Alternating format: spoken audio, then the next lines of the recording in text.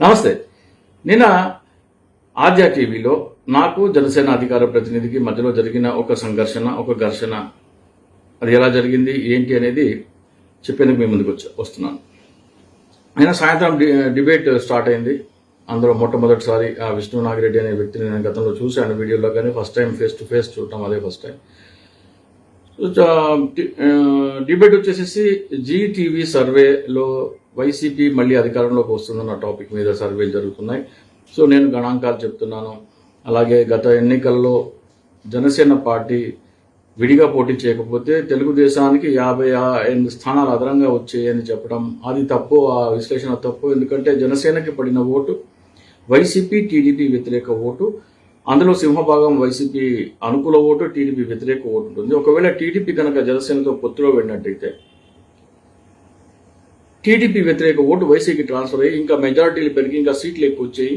గంటా శ్రీనివాసరావు కూడా ఓడిపోయేవాడు అనేది నేను చెప్తున్నాను. అలాగే పొత్తుల విషయానికి వచ్చేటప్పటికల్లా జనసేన పార్టీ కేవలం 24 సీట్లకే పరిమితం కావటం వెనకాల ఒక ఉద్దేశపూర్వకంగా జనసేన పార్టీని బలహీనంగా ఉంచడం జరిగింది అని చెప్పేసి వివరిస్తూ, అందులో జేడీ లక్ష్మీనారాయణ గారు, ఆర్ఎంఆర్ గారు, తోట చంద్రశేఖర్ గారు, చింతల పార్థసారథి గారు, భరత్ భూషణ్ గారు, రావెల్ కిషోర్ బాబు గారు, ఇలాంటి వారందరినీ అవమానించి ఎలా పంపేశారు అనేది చెప్పడం.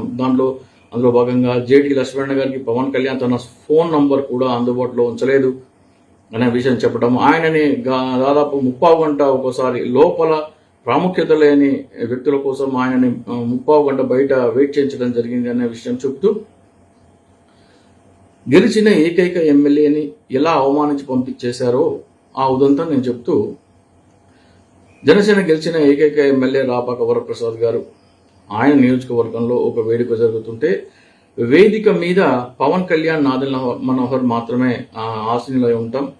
ఆ తర్వాత రాపాక వరప్రసాద్ గారు వచ్చి నేను కూడా పైకి రావాలా అంటే నాదెళ్ల మనోహర్ వచ్చేసేసి చీరాబొట్టు పెట్టి పిలవాలా అని అనటం జరిగింది. ఆ తర్వాత ఒక వ్యక్తి రాపాక వరప్రసాద్ గారి కోసం ఒక కుర్చీ తీసుకుని వేదిక పైకి వెళ్తుంటే ఆ కుర్చీ మీరు వదిలేసేయండి, ఆయన కుర్చీ ఆయన తెచ్చుకుంటారు అని అనటం జరిగింది. ఇది నిజంగా ఒక ఘోరమైన అవమానం. దీంట్లో అహంకారం కనబడుతుంది, కుల అహంకారం కనబడుతుంది.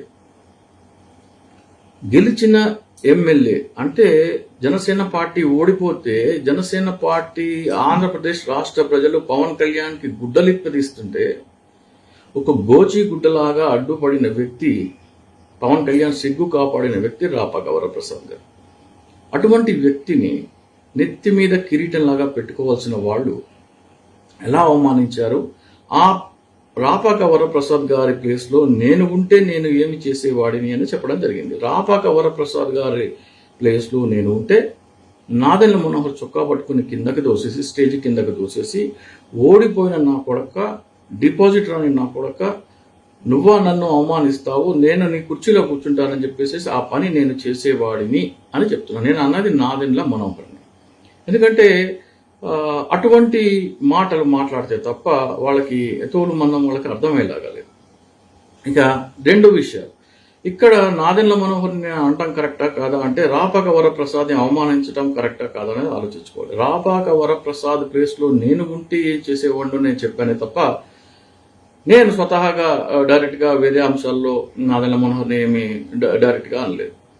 ఇక నా కొడక అనే పదం అనటం తప్పది. అంటే నాదెళ్ల మనోహర్ని నా కొడక అనే పదం అనటం తప్పి అయితే ఆ పదాన్ని ఆంధ్రప్రదేశ్ రాజకీయాలకి పరిచయం చేసిన వ్యక్తి పవన్ కళ్యాణ్.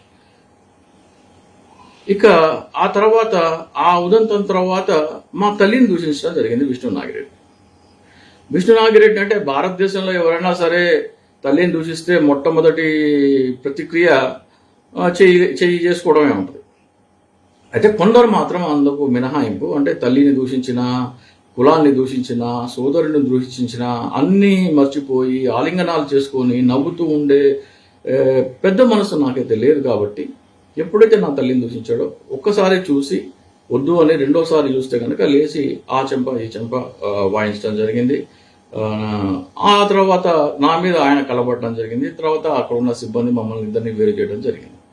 ఇక్కడ చాలామంది ఫోన్ చేసి ఎందుకు మనలో మనకి ఒకే సామాజిక వర్గం చెందిన మనలో మనకి గొడవలు ఎందుకు, రాజీ పడిపోతే అని చాలామంది ఫోన్ చేస్తున్నారు. సో ఇక్కడ నేను క్షమాపణ చెప్పడానికి కానీ రాజీ పడడానికి కానీ నాకేం ఇబ్బంది లేదు. ఇక్కడ విషయం ఏంటంటే రాపాక వరప్రసాద్ ఎమ్మెల్యే గారిని స్టేజి పైకి రప్పించకపోవటం, అంటే ఆహ్వానించకపోవటం, గౌరవించకపోవటం జరగకపోతే నేను ఈ ఉదంతాన్ని నేను ఊటంకించేవాడినే కాదు, ఈ ప్రస్తావనకు వచ్చేదే కాదు. జనసేన ఉద్దేశపూర్వకంగా ఎలా బలహీనపరుస్తున్నారు, ఎలా బలహీనంగా ఉంచి రాబోయే ఎన్నికల్లో తక్కువ సీట్లకి కాంప్రమైజ్ అవ్వాలని జనసేన పార్టీలో నుంచి ప్రతి ఒక్క నాయకుడిని బయటికి ఎందుకు పంపేశారు? వాళ్లే ఉన్నట్టయితే కనుక వాళ్ళకి సరైన గౌరవం ఇచ్చి వాళ్లే ఉన్నట్టయితే ఈ రోజున 75 స్థానాల్లో జనసేన పోటీ చేసే ఉండేది. కాబట్టి జనసేన 75 స్థానాల్లో పోటీ చేయకూడదని అతి తక్కువ సీట్లకి పోటీ చేసి కేవలం ఓటు బదలాయింపు కోసం మాత్రమే స్థాపించబడిన పార్టీ అనేది నా సిద్ధాంతం. జనసేన పార్టీ పవన్ కళ్యాణ్ కాదు, అతను కేవలం బినామీ అనేది నేను చాలా ఉదాహరణతో సహా చెప్తా ఉంటాను. ఇక క్షమాపణల విషయానికి వస్తే నాదెళ్ల మనోహర్ రాపాక వరప్రసాద్ని అవమానించినందుకు క్షమాపణ చెప్తే నేను నాదెళ్ల మనోహర్ పై చేసిన వ్యాఖ్యలకు క్షమాపణ చెప్పడానికి సిద్ధంగా ఉన్నాను. అలాగే నా కొడక అనే పదాన్ని నేను నాదెళ్ల మనోహర్కి వాడటం తప్పి అయితే పవన్ కళ్యాణ్ కూడా ఆ పదం వాడారు కాబట్టి పవన్ కళ్యాణ్ ఎవరిని ఉద్దేశించి ఆ పదం వాడారో వారికి క్షమాపణ చెప్తే నేను నాదెళ్ల మనోహర్కి వాడిన పదం కూడా నేను క్షమాపణ చెప్తాను.